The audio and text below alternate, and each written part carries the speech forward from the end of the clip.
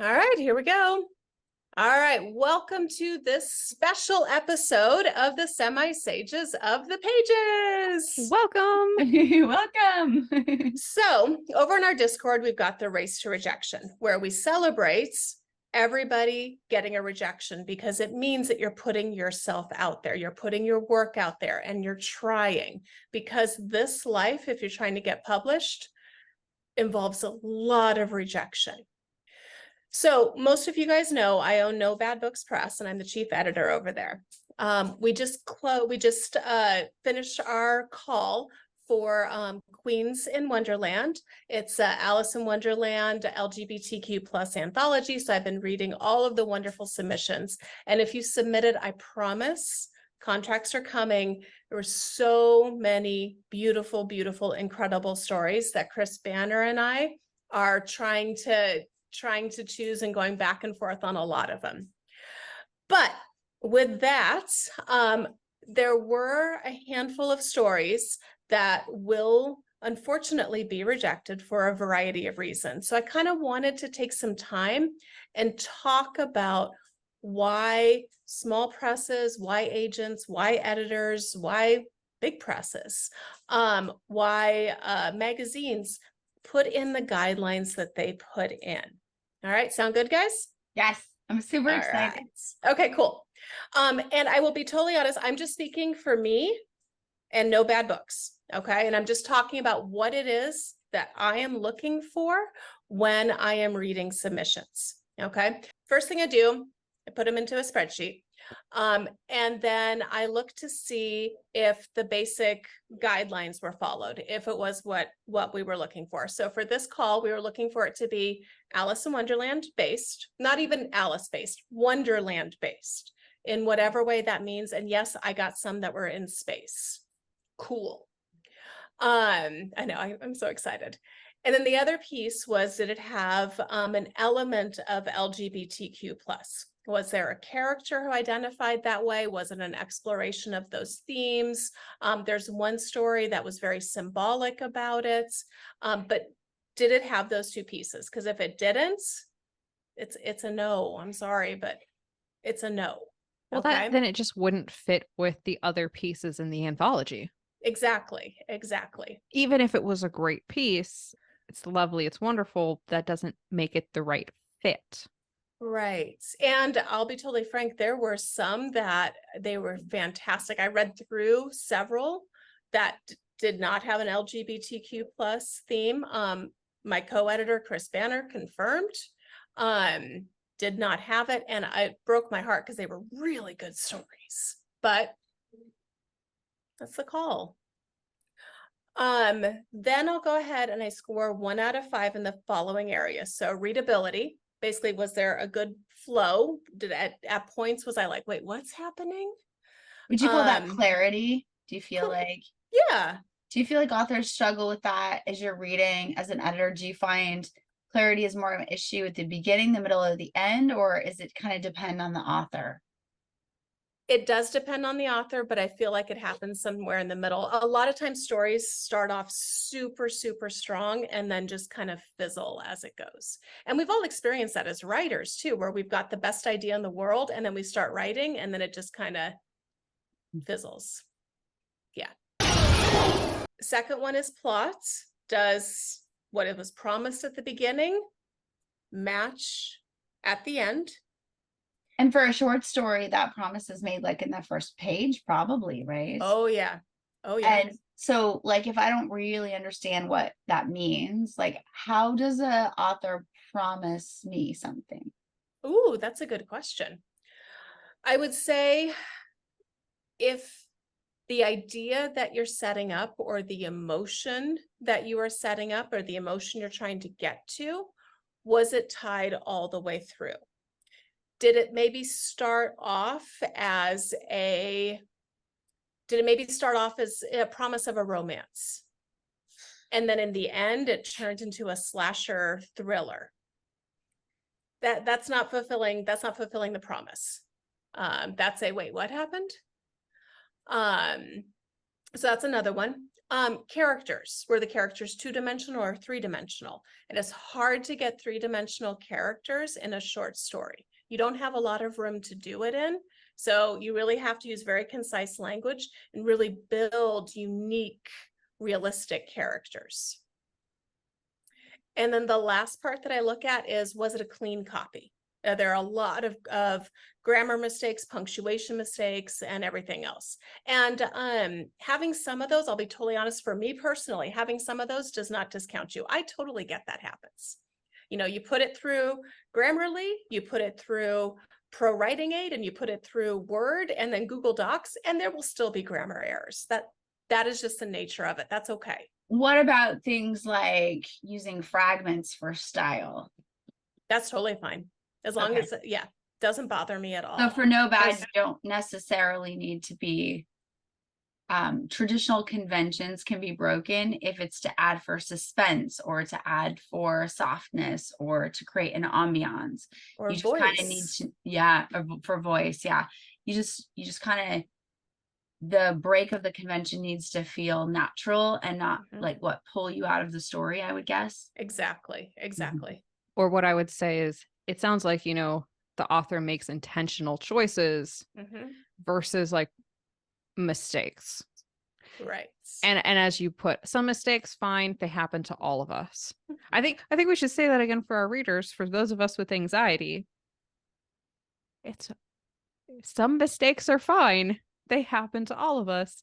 And I'm going to let the head editor say it again. Will that discount you? No, in fact, we're going to be sending several stories back to the authors that don't just need a couple grammar edits. They kind of need a little, some line by line tweaking. There's a couple that I'm like, I think we can make this a little bit tenser, but the story's really good. So it's going to be great. So absolutely, it doesn't have to be 100% perfect. What I'm looking for is a good, unique story. That's what I'm looking for. Okay. So of your four categories, right? Mm-hmm. Where do you find that authors struggle? Usually it's around plot. Usually it's around plots. Usually I find that the beginning just does not, you know, Match? it doesn't match. Or at the end, you hit the end and you're like, that was an okay story. Yeah. I really want a story that at the end, I'm like, wow, that was so cool. Super cool. It's cool, man, and you'll blow your mind. And blow minds. Yeah, that's the feeling I want. That was so cool. And an emotion, you know, it could be anger, it could be sadness, it could be happiness, it could be joy. Any of those other emotions are fine too. It could be like, wow, I really have to think on this one. That story really made me think, but it was so cool. What Go it ahead. sounds like is that listeners should watch our YouTube episode about picking what emotion they want to see at the end of their story and then really nailing that in their short story. You got it. You got it. And then Plug for our own stuff. I mean, why not? Shameless Like plug. and subscribe. Don't forget to like and subscribe. And the other thing too that I wanted to talk about, and again, this is just me for no bad, I try to keep the formatting guidelines so basic. Like I put in there, I'm like, don't do a cover letter. I'm not going to read it. Do not stress about that. I'll say bio, but don't worry about it. If you don't have any writing credits, I don't care. I don't read those. I use the bios later after I've already chosen the stories. Where I really am pretty firm on though is the word count. If I've said it's up to 5,000 words, do not give me a 10,000 word story. I can't edit that down. If you give me a 5,200 word story and it's really good, I'll probably be like, okay, not a problem. But the reason I have the limits on it is because for Queens of Wonderland, I'd like a book that's around 60 to 65,000 words. So I'm looking at around 15 to 17 stories. So if I constantly get a ton that are over that 5,000, there's less stories that I can put into it. And as well, you're kind of making a promise a lot of times with an anthology to have stories around 2,000 to 5,000 words. It's just the nature of it. And then the other thing too, because it causes issues when it comes time to format and publish, please do not use tab If you've used tab, go through and delete those. And please do not use double spaces in sentences. We've moved past that point. It's a single space. Both of those things are super easy to fix. But the reason it's that way is because it's hard to fix those in the formatting phase. You oftentimes don't see them. And a lot of errors tend to creep in, and they'll get all the way through to that book is published. And then you open it up and you're like, ah, dang namadol, there was a tab that snuck in there. Or, oh, shoot, this entire story, the last half of this entire story has two spaces between sentences. Yes, ma'am.